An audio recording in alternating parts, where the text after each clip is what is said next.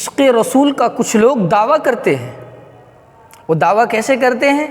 یوں کہتے ہیں کہ ہمیں عشق نبی ہمارے دلوں میں پیوست ہے اور رگوں رگوں میں پیوست ہے۔ میں آپ کو بتا دینا چاہتا ہوں کہ عشق رسول صرف نعتیں پڑھنے کا نام نہیں، عشق رسول صرف قصیدے گانے کا نام نہیں، عشق رسول صرف نبی کی شان میں نذرانے عقیدت پیش کرنے کا نام نہیں۔ اگرچہ نعت پڑھنا عبادت ہے، قصیدے پڑھنا عبادت ہے، لیکن عشق رسول صرف اور صرف نعت پڑھنے اور نعت گنگنانے سے، قصیدے پڑھنے قصیدے گنگنانے سے ادا نہیں ہوتا ہے۔ عشق رسول کہتے کسے ہیں پھر؟ عشق رسول کہتے ہیں حضور پاک صلی اللہ علیہ وسلم کے کہنا ماننے کا نام عشق رسول ہے۔ آج آپ دیکھیں گے کہ کچھ لوگ ابھی ماہ ربیع الاول کا مہینہ آ رہا ہے، 12 ربیع الاول کے دن کچھ لوگ قمقمے جلائیں گے، بتیاں جلائیں گے، دیگیں اتروائیں گے اور یوں کہیں گے، آپ اس سے پوچھو کہ یہ کیا کر رہے ہو تو وہ کہے گا کہ ہم عشق رسول ادا کر رہے ہیں، کہ میرے نبی پاک علیہ الصلوۃ والسلام ربیع الاول کے مہینے میں آپ کی ولادت ہوئی ہے۔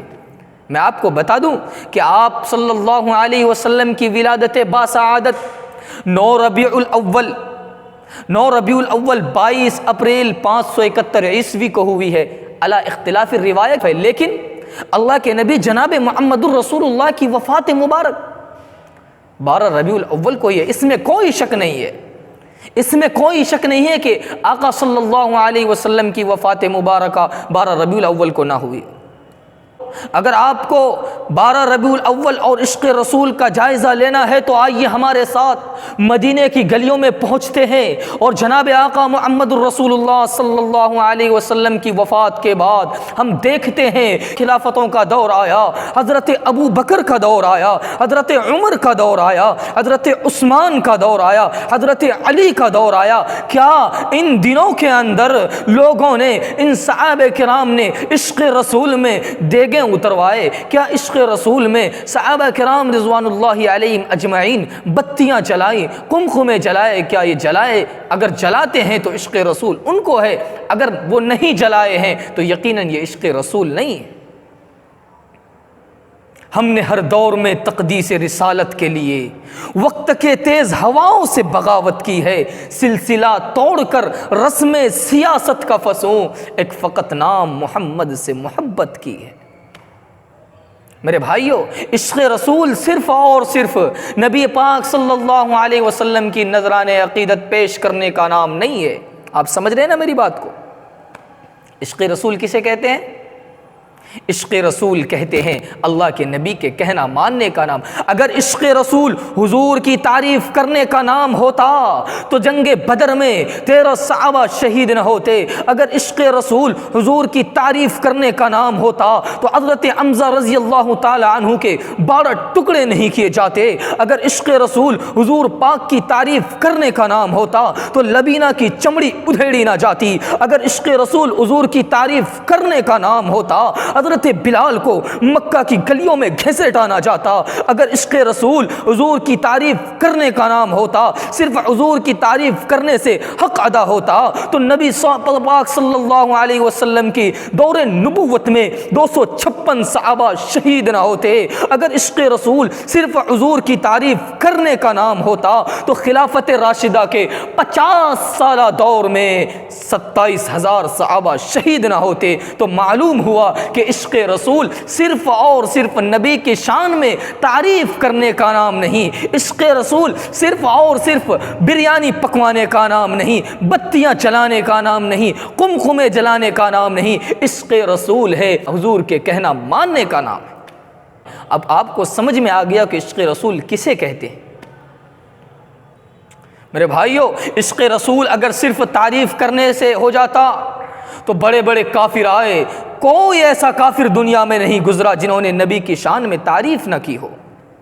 ہندو شاعر جگن ناتھ آزاد یوں کہتا ہے، وہی یونان کہلاتا تھا جو تہذیب کی دنیا، وہی روئے زمیں پر آج تھا تخریب کے دنیا، یہ تحقیق و تجسس میں جہاں تھا آج ویرانہ، یہ تحقیق و تجسس میں جہاں تھا آج ویرانہ، فلاطوں کی خرد سقراط کی دانش تھی افسانہ، غرض کی چاروں سمت اندھیرا ہی اندھیرا تھا، نشان نور گم تھا اور ظلمت کا فسانہ تھا، کہ دنیا کے افق پر افعتاً سیلاب نور آیا، جہان کفر و باطل میں صداقت کا ظہور آیا، کہ حق و باطل کو درمیان فرق کرنے والا وہ نبی رحمت اس دنیا میں تشریف لے آتے ہیں اور دنیا کو عزت عطا کرتے ہیں، دنیا کے لوگوں کو عزت عطا کرتے ہیں، عورتوں کو عزت عطا کرتے ہیں، وہ عورتیں جو نبی پاک صلی اللہ علیہ وسلم کے آنے سے پہلے زندہ درگور کر دیے جاتے تھے، جنہیں صرف اور صرف بستر کے لیے رونق سمجھی جاتی تھی،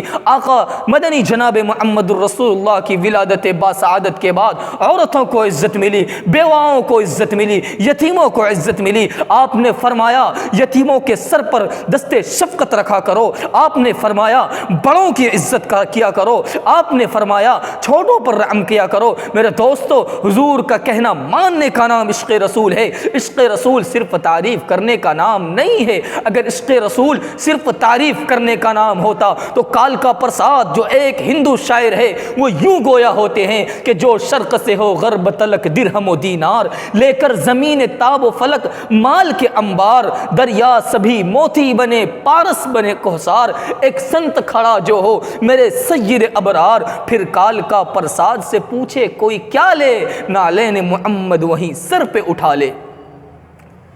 عشق رسول میں تو بڑے بڑے شاعر نے اپنے شعر کو پیش کیا، لیکن عشق رسول کیا ادا ہو گیا۔ آؤ میں عشق رسول کی ایک چھوٹی سی داستان سناتا ہوں، ایک چھوٹا سا واقعہ سناتا ہوں۔ حضرت عبداللہ ابن عتیق رضی اللہ تعالیٰ عنہ ایک صحابی ہیں، مسجد نبوی میں تشریف فرما ہے، پیارے آقا ممبر پر تشریف فرما ہے، اور آقا جناب محمد الرسول اللہ فرماتے ہیں اے لوگو تمہیں کیا ہو گیا کہ ایک شخص جو مجھے گالی دیتا ہے، جو میری نبوت کی توہین کرتا ہے، جو مجھے برا بھلا کہتا ہے، اے لوگو بتاؤ تم میں سے کون تیار ہے جو اس یہودی کا سر لا کر کے میرے حضور پیش کر دے، اس کا سر تن سے جدا کر دے، میں اسے جنت کی ضمانت دیتا ہوں۔ عشق رسول سمجھانے چلا ہوں، لوگوں سنو۔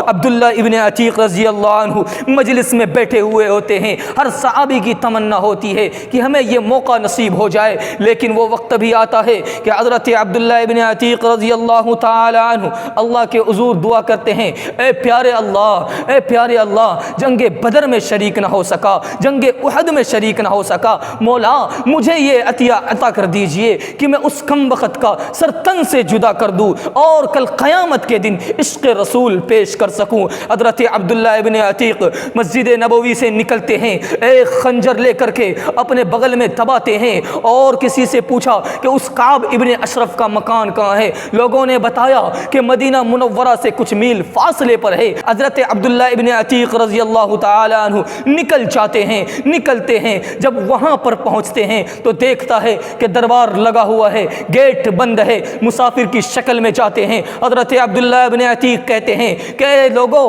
میں مسافر ہوں، مجھے رہنے کے لیے جگہ دے دیا جائے، مجھے ٹھہرنے کے لیے کچھ جگہ دے دیے جائے۔ حضرت عبداللہ ابن عتیق رضی اللہ تعالی عنہ اندر گھس جاتے ہیں، لوگوں سے پوچھتا ہے کہ تمہارا سردار کہاں ہے؟ لوگوں عشق رسول بتانے چلا ہوں۔ حضرت عبداللہ ابن عتیق سے پوچھتے ہیں کہ حضرت عبداللہ ابن عتیق پوچھتے ہیں کہ تمہارا سردار کہاں ہے؟ کہا کہ میرا سردار اوپر کھیل رہا ہے، جاؤ وہاں ابھی نہیں مل سکتے کیونکہ ابھی وہ کھیلنے میں مشغول ہے، تم صبح مل لینا۔ عبداللہ ابن عتیق عشق نبی میں سرشار تھا، نبی کی محبت میں سرشار تھا۔ عبداللہ ابن عتیق گوارا نہیں کیا، عبداللہ ابن عتیق رضی اللہ عنہ اوپر پہنچ جاتے ہیں جہاں وہ اللہ کا دشمن، رب کا باغی، نبی کا نافرمان کھیل رہا تھا۔ حضرت عبداللہ ابن عتیق پہنچ جاتے ہیں، پہنچنے کے بعد دیکھتے ہیں کہ وہ کھیل رہا ہے۔ جب کھیل پورا ہو جاتا ہے وہ سونے لگتا ہے۔ حضرت عبداللہ ابن عتیق اپنے خنجر کو نکالتے ہیں اور اس کے گردن میں پیوست کر دیتے ہیں۔ حضرت عبداللہ ابن عتیق رضی اللہ تعالی عنہ اس کے گردن میں پیوست کر دیتے ہیں اور اس کو اس دنیا سے ختم کر دیتے ہیں۔